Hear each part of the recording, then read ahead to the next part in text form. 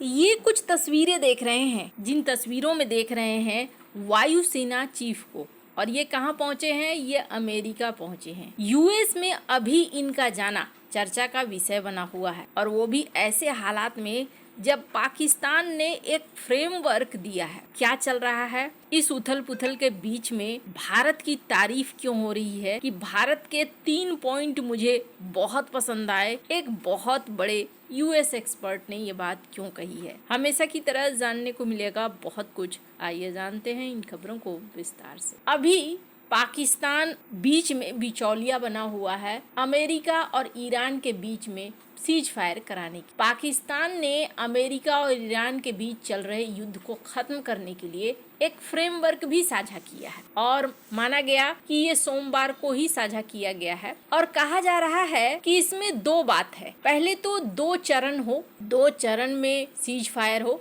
पहला तत्काल cease fire यानी तुरंत से सीज फायर हो, फिर 15 से 20 दिनों में एक बड़ा समझौता हो। इसे नाम दिया गया है इस्लामाबाद एकॉर्ड। पाकिस्तान चाहता है कि यहाँ 2 चरण में सुलह हो जाए, और जैसे ही पहले चरण में हो तुरंत से सीज फायर, तो खोल दिया जाए स्ट्रेट ऑफ हॉर्मुज। कहा जा रहा है पाकिस्तान के आर्मी चीफ फील्ड मार्शल असीम मुनीर पूरी रात अमेरिकी उपराष्ट्रपति जेडी वेंस, विशेष दूत स्टीव विटकॉफ और ईरान के विदेश मंत्री अब्बास अराक्ची के संपर्क में है। हालांकि ईरान ने अभी तक कोई पॉजिटिव प्रतिक्रिया नहीं दी है। प्रस्ताव में सबसे समस्या वाली चीज बन गई है स्ट्रेट ऑफ हॉर्मुज को तुरंत खोलना। और ईरान क्या कह रहा है? ईरान कह रहा है कि नहीं, स्ट्रेट ऑफ हॉर्मुज को अगर आप ये सोच रहे हैं कि ये पहले पुराने व्यवस्था में वापस आ जाएगा, तो ऐसा नहीं होगा। अब ये वापस से उस व्यवस्था में नहीं आएगा। मतलब साफ है कि ईरान अब इसे चाहता है पैसे का माध्यम बनाना, यानी अपनी कमाई का माध्यम बनाया। अब इस बीच एक और चीज देखने को मिली। जब ट्रंप ने धमकी दी तो ईरान ने भारत और रूस इन दोनों को फोन घुमाया। अराक्ची की जयशंकर से बात हुई और उन्होंने ट्वीट करके इस बात की जानकारी भी दी डॉक्टर एस जयशंकर ने कि मेरी बातचीत हुई है। फिर अराक्ची ने लावारोव से भी बातचीत की। अराक्ची ने ये बताया कि अगर उधर से हमले हुए तो हम क्या करेंगे, यानी स्ट्रेट ऑफ हॉर्मुज जो व्यापार का केंद्र है, वो केंद्र एक बार फिर से टेंशन वाले मोड में आ जाएगा अगर ट्रंप यहाँ एक्शन लेते हैं तो। अब ऐसी परिस्थितियों के बीच अगर आप स्टीव हेनके को देखें, अमेरिका के प्रसिद्ध अर्थशास्त्री हैं, इन्होंने डॉक्टर एस जयशंकर की जमकर तारीफ की है। उन्होंने कहा कि भारतीय विदेश मंत्री शोर शराबे की जगह रणनीति को प्राथमिकता देते हैं। दरअसल विदेश मंत्री एस जयशंकर ने शनिवार को कहा था कि मिडिल ईस्ट का संघर्ष हो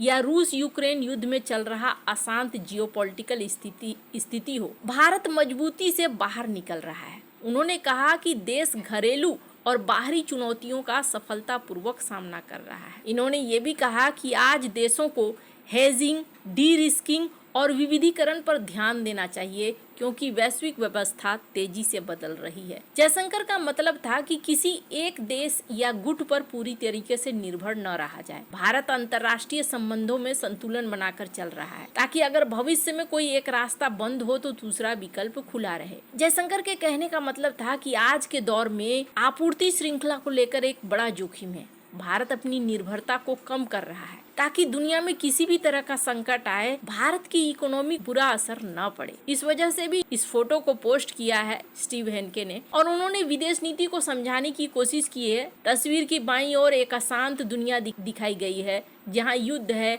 आर्थिक प्रतिबंध है, अनिश्चितता का माहौल है, और देश के नेता एक दूसरे के साथ उलझे हुए दिखाई दे रहे हैं, जो एक दूसरे के साथ टकरा रहे हैं, तनाव में फंसे दिख रहे हैं। इस तस्वीर में अमेरिका और पश्चिमी देशों को परेशान और उलझा हुआ देखा जा रहा है, जबकि भारतीय विदेश मंत्री एस जयशंकर के हाथ में दूरबीन दिख रहा है। यानी उन्होंने जयशंकर को दूरदर्शी नेता बताने की कोशिश की। उन्होंने इस तस्वीर के जरिए संदेश देने की कोशिश की कि दुनिया में जो शोर फिलहाल चल रहा है, भारत उस शोर में शामिल होने के बजाय अपने आगे के रणनीति को देख रहा है। एस जयशंकर को सीढ़ियों पर चढ़ते हुए दिखाया गया, जिसमें विविधीकरण, डी रिस्क, हेज, ये सब कुछ है। यानी विविधीकरण, जोखिम कम करना, बचाव करना, ये सीढ़ियां ये बताती है कि भारत दुनिया की समस्याओं का हिस्सा बनने के बजाय ऊपर उठकर अपनी राह तय करता है। अब ये बात मैं क्यों बता रही हूँ, इसका क्या रिलेशन है भारत के वायुसेना चीफ से। भारत की रणनीति एकदम साफ है, ईरान के लिए भी है, चाइना के लिए भी है, पाकिस्तान के लिए भी है और दुनिया के लिए भी है, एकदम साफ साफ। अभी पहुंचे हैं अमरप्रीत सिंह जो कि भारत के वायुसेना चीफ हैं, ये पहुंचे हैं अमेरिका में मुलाकात होगी। सबसे पहले तो कुछ दिन पहले फरवरी में यूएस इंडो पैसिफिक कमांड के कमांडर एडमिरल सैमुअल जे पापारो भारत आए थे। उनके बाद ये भी देखने को मिला कि कॉल्बी भी भारत आए, भारत में मुलाकात हुई और कुछ दिन पहले ही कॉल्बी वापस गए और फिर भारत की तरफ से अमरप्रीत सिंह यहाँ से गए हैं। बहुत लोग इसे सोच रहे हैं कि अचानक ये वहाँ पहुँचे हैं, अचानक नहीं है, इसका एक मकसद है। पहली बात तो ये कि भारत इस यात्रा के जरिए एक चीज यहाँ दिखला रहा है कि देखो हमारे यहाँ पहुँचने का मतलब ये नहीं है कि हम ईरान के खिलाफ कुछ तैयारी कर रहे हैं, बल्कि हमारा यहाँ पहुँचने का मतलब सीधा साधा है कि अमेरिका के साथ जो हमारी डिफेंस की भागीदारी है उसको हम अलग लेवल पर ले जाना चाहते हैं। अमेरिका के साथ भारत की कई साझेदारी है, क्वाड, इंडो पैसिफिक में। इसके अलावे संयुक्त सैन्य अभ्यास करता है अमेरिका और भारत, और सबसे बड़ी चीज को प्रोडक्शन और टेक्नोलॉजी ट्रांसफर, इन दोनों में भारत शामिल है। यानी कि दोनों देशों के बीच अभी बहुत सारे ऐसे एग्रीमेंट हो चुके हैं या हो रहे हैं जिससे कि भारत का डिफेंस सेक्टर आगे बढ़ेगा। अब रही बात एयर चीफ के वहां जाने का, तो इसके लिए सबसे बड़ा कारण बताया जा रहा है कि भारतीय वायुसेना के लिए जो इंजन की बात हुई, इसके अलावे MQ-9B प्रीडेटर ड्रोन की खरीद की बात हुई है, C295 एयरक्राफ्ट जैसे डील्स की बात हुई है, इन डील्स को लेकर भी आगे बढ़ रहा है भारत। तो यहाँ पर इनकी यात्रा रिश्तों को और अच्छा करने की है और सबसे बड़ी चीज प्रैक्टिकल सहयोग बढ़ा रहा है भारत इस केस में भी रणनीतिक स्वायत्ता नहीं छोड़ रहा है। रूस के साथ हो, फ्रांस के साथ हो, इजराइल के साथ संबंध बनाए रखे हुए है।